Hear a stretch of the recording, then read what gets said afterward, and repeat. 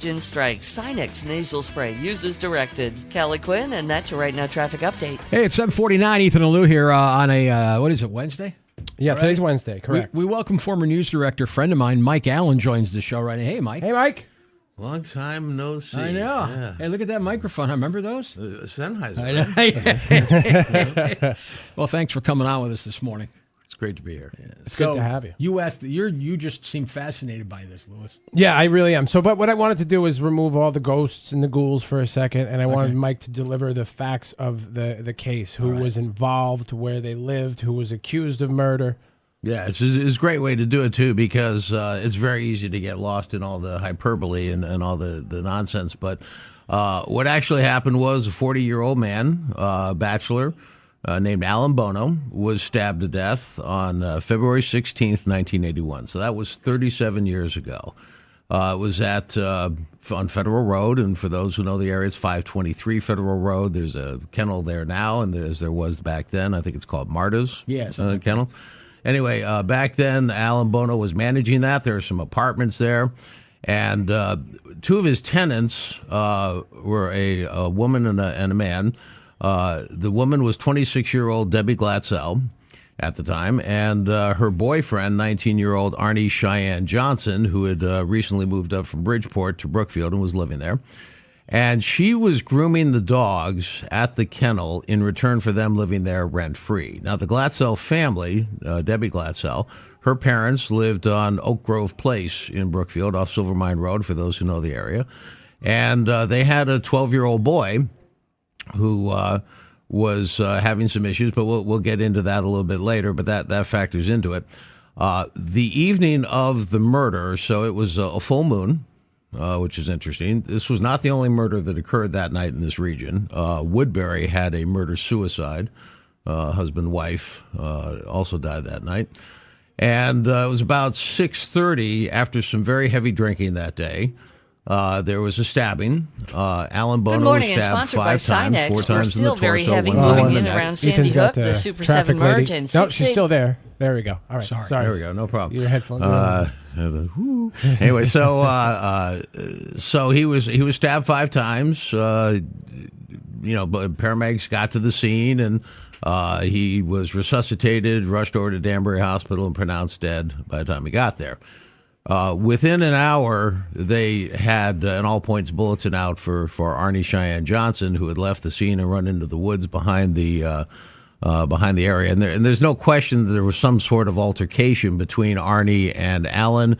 The question was, were they arguing over Debbie? Were they arguing over something else? The blood alcohol content in Alan Bono during the autopsy was 0.31, and anybody who knows about blood alcohol content levels means he was just completely inebriated. And Arne had been drinking as well. I forget what his numbers were. But anyway, again, for people who know the area, there's a train bridge on Silver Mine Road right near the current police station, which is not there, wasn't there at the time. And Arne was found crawling up the embankment from those train lines, probably heading back to the Glatzel home, which was right nearby. And he was arrested and brought in, claims he didn't remember anything, said he had no idea what had happened, and was taken in and charged with murder. So he was then, Martin Manella, an attorney in Waterbury, was hired, and the story started to come out actually pretty drastically right away, because what had happened was that leading up to the murder, for about 6 to 8 weeks before the murder, a series of things had happened where Ed and Lorraine Warren, who are Monroe residents, actually Ed recently passed on, but Lorraine is still alive.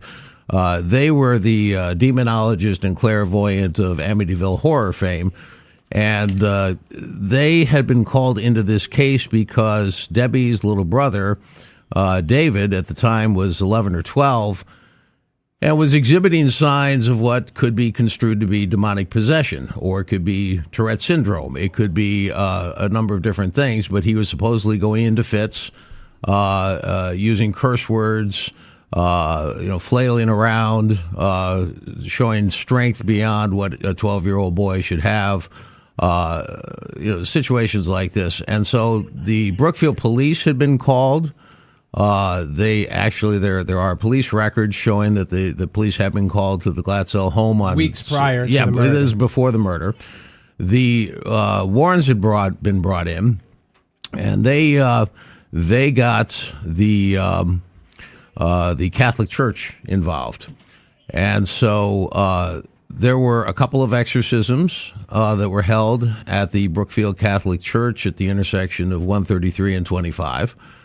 I spoke with Father Francis Virgilac, who is the demonologist for the Archdiocese of Bridgeport, or the Diocese of Bridgeport. They actually have demonologists? Yes, they do. And he spoke to me. I spoke to one of the priests who was officiating at the exorcisms. And you got to put yourself back in the time, 37 years ago. The town of Brookfield was alarmed. There were people who thought the devil was in Brookfield, and hysteria started to happen. Now, I-95 at the time, of course, was in a different building. This was back when we were in the Stone House up the street, and I had Lorraine Warren on my talk show. I had Arnie's three little sisters who saw it, Debbie Glatzel who saw it. They were on my talk show. It was the first and only time in my 10 years of doing news where I had to get up out of the taping of a show, turn off the tape, and walk out of the studio because I was freaked out. I was just absolutely freaked out. And and part of it was, and this is the thing you got to understand about how this stuff happens. It gets in your head and you start thinking about what ifs. And these are areas you don't like to go, places you don't like to go, like on Halloween and stuff. And so Lorraine Warren knew this. And she sat there with this gigantic brooch that was hypnotic in nature. And I'm absolutely convinced she wore it on purpose, and the way she would look at you. And all this stuff's going on, and you can't deny there was a murder. You can't deny that they had called the police. You can't deny. And we're talking to police who saw some stuff too. Right. All right. And so all this is happening, and against the backdrop, you're going, oh my God. Now, as a journalist, you have to try and put that aside and say, okay, look, I'm not going to get wrapped up in this stuff. There's a murder, all right? Somebody stabbed somebody, somebody's dead, and we've got to figure out what happened. So what I found out was that there had been consultations to a doctor, Dr. Stephen Balsam, who was, I think he's in Riverhead, New York now, but he was at the time a child. He still isn't a child psychiatrist who apparently knows a thing or two about Tourette syndrome, and apparently he had been consulted, and whether or not it was an active patient, I could never confirm that. Spoke to legal authorities, because then just started getting into, well, what are you going to use demonic possession in a court of law in Connecticut? And that's actually what ended up happening. So for the first time in Connecticut history, they were going to say not guilty by reason of demonic possession, that he couldn't help himself. Now, there are things that you may or may not want to answer. I don't know. It's a long time ago, but you interviewed, as you said, almost everybody involved. We're talking about you got the church involved, the family of David, the possessed child in question, a doctor, the church, the Warrens, the three sisters. Of all those people you interviewed, were all of them, some of them, none of them convinced that this kid was actually possessed?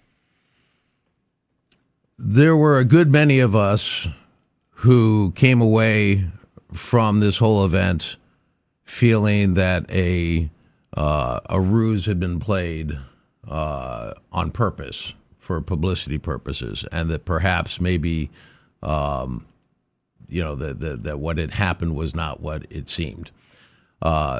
We weren't there. We didn't see it with our own eyes. I talked to people who did see some things that they cannot explain. I talked to priests, like I said, who were at the exorcism, who said, if it goes to trial, you'll have plenty to talk about. Now, what does that mean?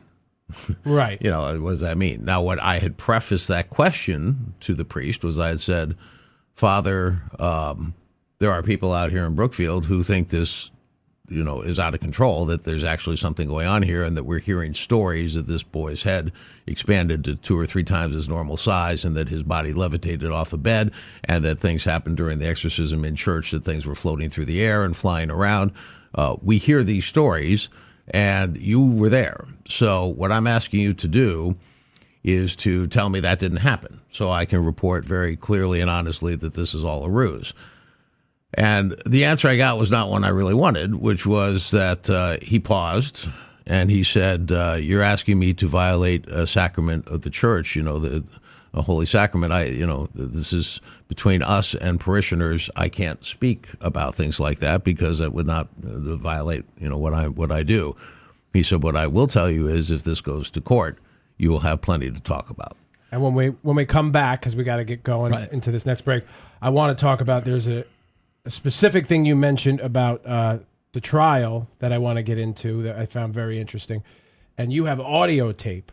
What is the tape of? So the tape was, Ed and Lorraine Warren allowed me to make a copy of a audio tape that is allegedly of little David Glatzel in one of his fits, whether it's Tourette syndrome, demonic possession. You be the judge, but we'll play that tape. All right, excellent. You'll hear that in the next 15 minutes. All right, buddy. Mike Allen, former news director from I-95, back in the early 80s as we talk about and continue to talk about the demon trial. Reach for more with a Yingling.